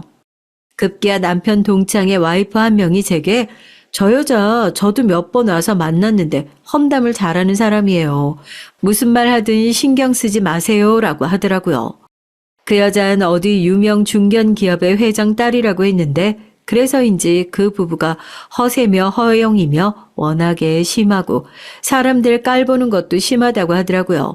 그런데 그때 갑자기 가해자였던 동창이 남편을 불렀습니다. 그리곤 갑자기 주위를 조용히 살피며 뜸을 들이더니 남편에게 이런 말을 하는 게 아니겠어요? 내가 돈 좀 빌려줄까? 빚이 얼마나 되는진 모르겠지만 나한테 어려운 금액은 아닐 거다. 네 동생 관련해서 지난 날도 있고 너랑 나랑 화해도 할 겸. 그래 줄 수 있겠어? 나야 그럼 고맙기는 한데. 남편 입장에선 정말이지 지금 이 시간에도 허겁지겁 라면을 먹고 있을 우리 딸이만 생각하며 말한 것일 거예요. 그런데 이어지는 다음 말은 꽤나 충격적이었습니다. 남자가 내뱉은 것이 아닌 옆에 와이프가 이죽거리며 뱉은 말이었는데요. 거기에 받아치는 남자의 말 또한 가관이었습니다. 자기야, 급 떨어지니까 이런 친구 만나지 마. 저 여자 하고 온 꼬라지 좀 봐.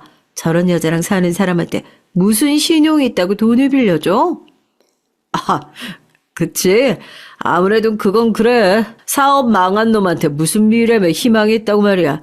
저런 구제불능 같은 놈은 애초에 이 동창회 자리에 참석하지 말았어야 하는데 분위기 이렇게 다 흐려놓잖아. 아니 도대체 왜 참석한 건지 이해를 못하겠네.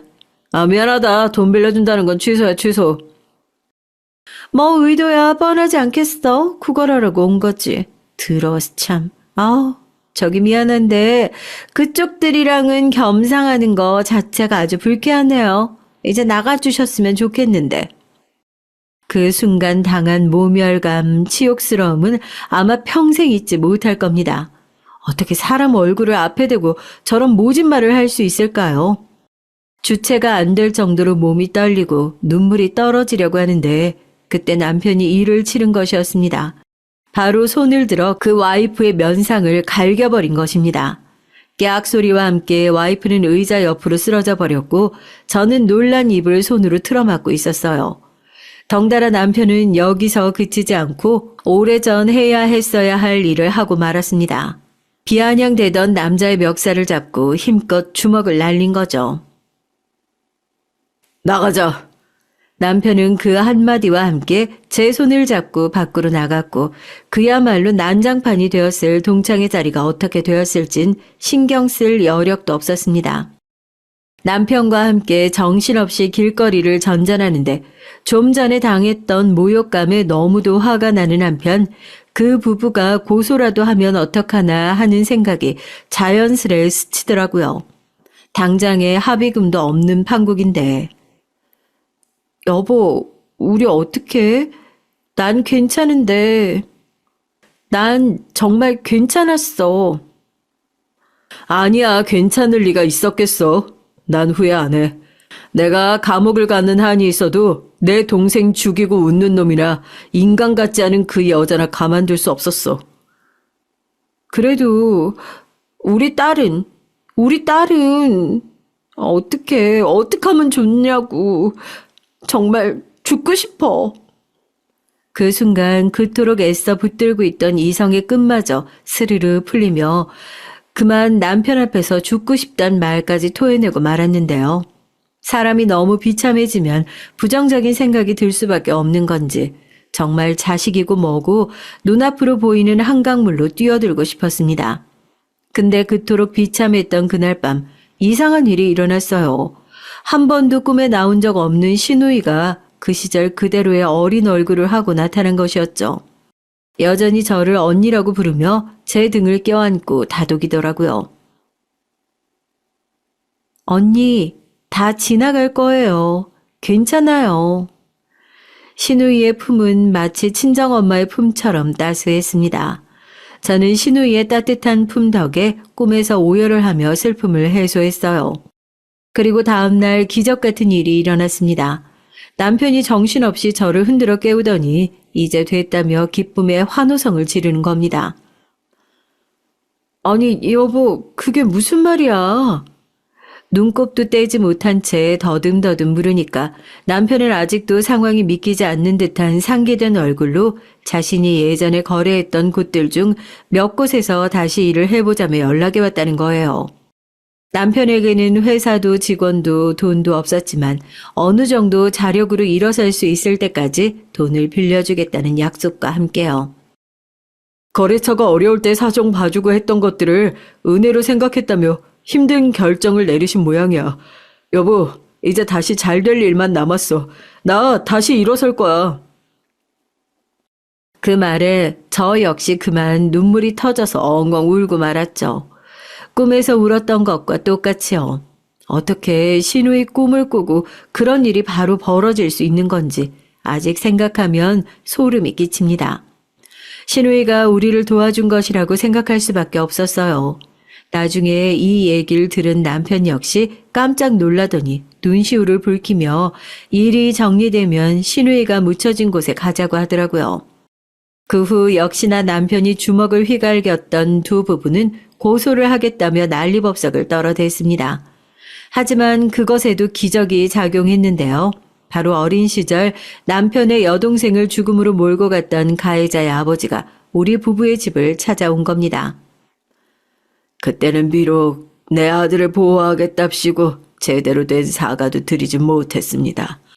허나 지금이라도 얼마 남지 않은 목숨이니 이 일을 해결짓지 않으면 편히 눈을 감지 못할 것 같아서 이렇게 찾아왔어요.